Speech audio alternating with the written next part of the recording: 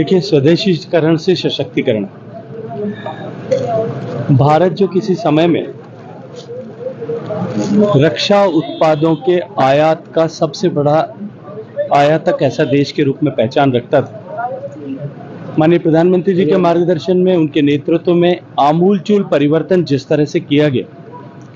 एक तरफ भारत के रक्षा उत्पादों के निर्माण को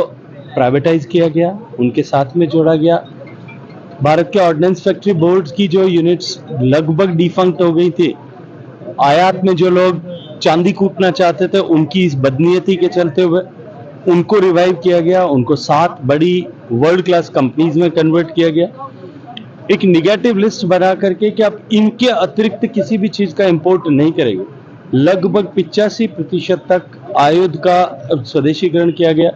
भारत में एयरक्राफ्ट मैन्युफैक्चरिंग तेजस से लेकर के हेलीकॉप्टर मैन्युफैक्चरिंग से लेकर के हिंदुस्तान एरोनॉटिक्स लिमिटेड का रिवाइवल करके उसको मल्टी बिलियन कंपनी के रूप में स्थापित किया गया।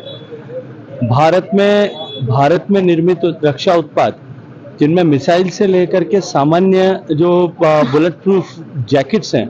उन तक पर जिस तरह से काम किया गया, उसका परिणाम यह हुआ है कि भारत आज आयातक नहीं, निर्यातक देशों की श्रृंखला में आकर के खड़ा हुआ है। और निश्चित ही उसके कारण से भारत की सैन्य शक्ति में तो इजाफा हुआ ही है,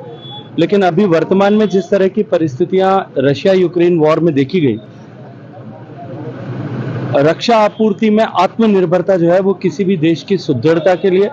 और किसी भी देश के सशक्तिकरण के लिए और उसके सीमाओं को सुरक्षित बनाए रखने के लिए आवश्यक है।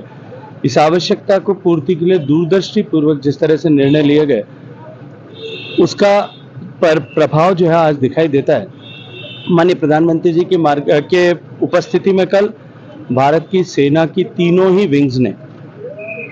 अपने स्वदेश निर्मित आयुध और प्रणालियों का